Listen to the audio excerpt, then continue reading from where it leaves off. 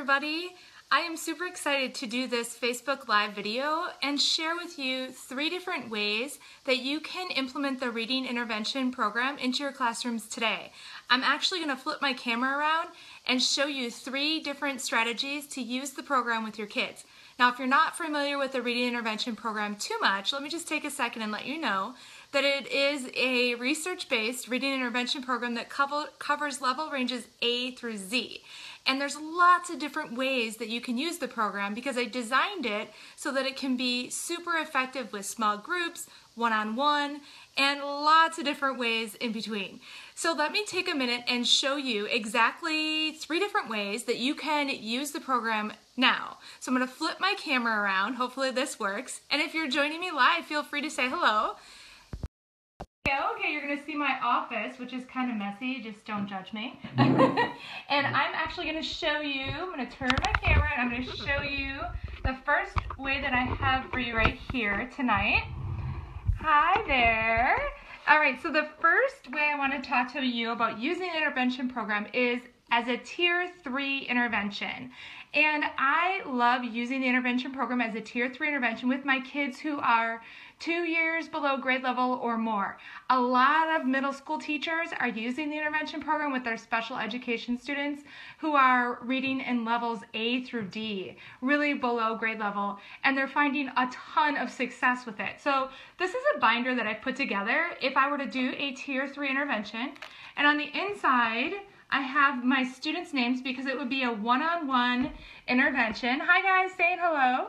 And then my first tab I made says schedule. So when I flip this over, I just have this page in here that has a little planning sheet that tells me who I'm gonna see, what passage number they're on, and when I'm gonna see them each time. So it's just a quick monthly overview for me, for my kids. So let's go to Jake. Here's Jake. And what I keep in here for Jake is all the data that I have because this is a Tier 3 intervention. I am going to keep as much data on Jake as I can because he's really far behind and I want to make sure I'm monitoring his progress as much as I can. So you can see all the passages I've done with Jake here and the dates that are in here. I have scored his rate and tone for each time out of a 12. I've scored his fluency, the time it took him to read each passage, how many errors he had, how many self-corrections, his comprehension, his word work, and his vocabulary as well. So I have all this data on Jake I can take to a data meeting, I can take to an IEP, I can take to anything to show that I am monitoring Jake and tracking his progress as a reader. And then I also have, this is kind of sideways, I have bar graphs for his comprehension and his word work and his vocabulary. So I'm monitoring his progress. Now this is the most intense intervention I'm going to do because it's Tier 3, one-on-one. And I also have all of Jake's running records in here. So this one is, I did the record 3 different times in one sitting, and I scored his time of it took him to read, how many errors, his self-correction, his rate and tone for each time, and then I took the median score and I have that down here. So I have all this information on Jake for that day that I progress monitored his running record, and I have all of his comprehension for that day as well.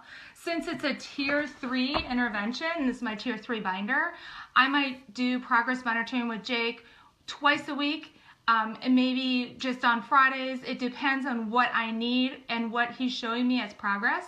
So I have all of his data and all the kids that are in my Tier 3 interventions in one binder. So this is one way you can use the intervention program.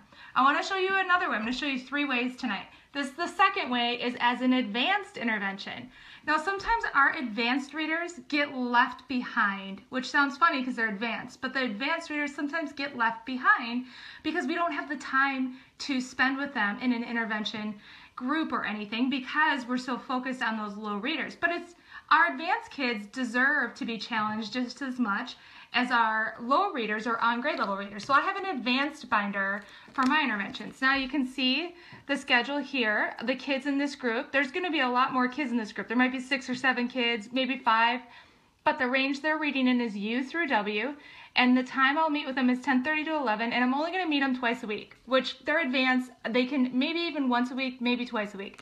I'm going to meet with them whenever I can fit them into my schedule there. So let's take a look over here. I have all the level ranges of my advanced group. So I'm going to look at the H through K today. I'm going to show you H through K. We're going to turn there, and here I have all of my notes on that group. So the group members' names are in there, and then where it says fluency, I gave them each a score of 1 to 4. I just kind of quick took notes.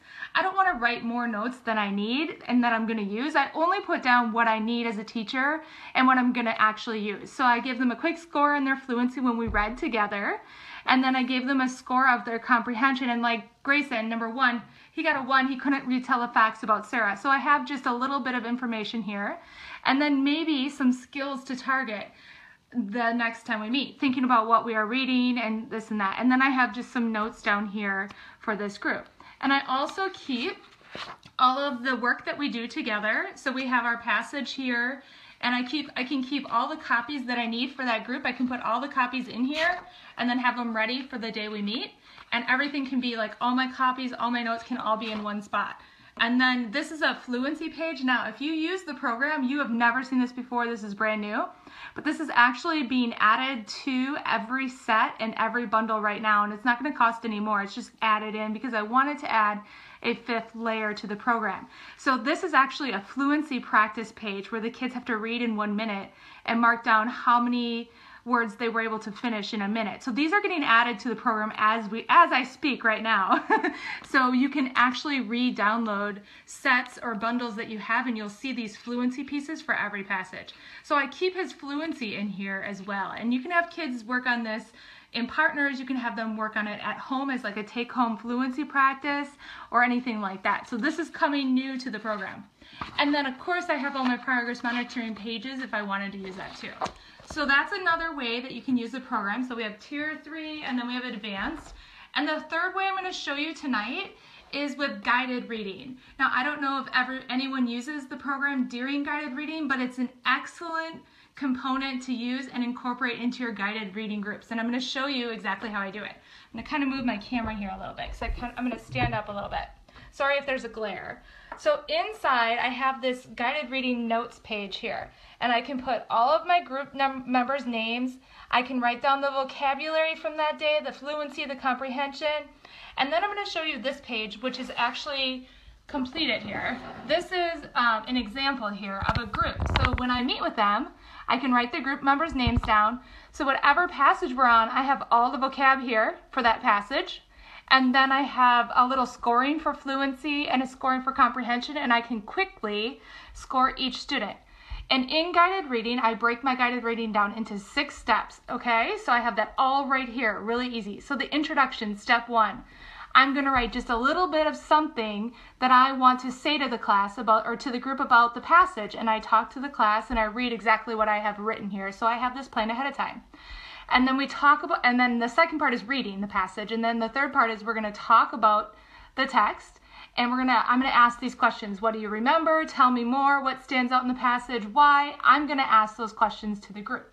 And then we're going to focus on a teaching objective, which is one of maybe the 4 objectives that we have in the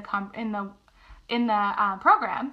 And this one's going to be analyzing characters. And it says, needed lots of examples for me, but then they caught on.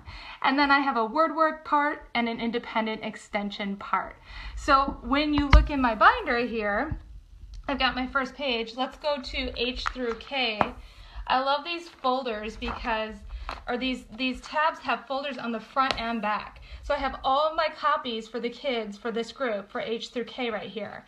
And I can just pull them right out of this folder and we're ready to get going. And on the back side, I have the running record. So if I need to take a progress monitor of somebody or a few kids that day, I have copies of that here. And then what I did is I stuck the daily intervention program, I stuck the front pages of it right in the front here. So I knew passage 41 and I just put a date for when we got to those to kind of keep track. So I have all my comprehension, my word work, and all my vocabulary right on like a summary page here. So I have all these on the front. And then, let me get to this page, I have the comprehension page.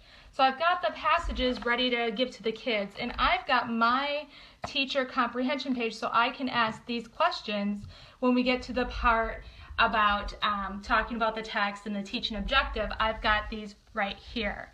So that's like really handy for me to have all these comprehension pages ready to go each day we meet. And then as we meet, I grab a new guided reading notes page and I just stick it on my clipboard and I take my little notes here as I go. So that's the 3 different ways that I would use the program. Let me flip this around so you can see me again. Like right, hi! Okay, so those 3 different ways are just 3 ways that you can use the reading intervention program. I'm actually going to be doing a webinar where I have 9 more ways to use the program. And all of the binder covers that I just showed you and the teacher planning pages and all of that is actually part of the webinar. I'm giving all of those pages for free to you if you join the webinar and hang out with me. You'll get all the pages you saw me working on with the notes and the covers and all that organizational stuff. That will be all part of like an exclusive bonus pages if you choose to join any of the webinars. And you can check out the webinar. It's always free to watch at jenbengalwebinars.com. You can click the cover.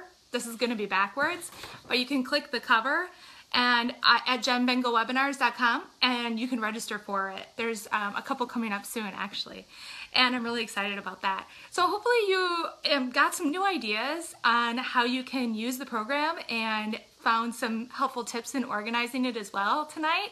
And thanks for hanging out with me. I'm excited about the webinar to share even more with you, 9 more different ways that you can use it so that you're reaching all your readers, whether they're really struggling, they're slightly below grade level, they're on grade level, or they're advanced. You can be targeting them all at their instructional and independent levels with the program, which is really awesome.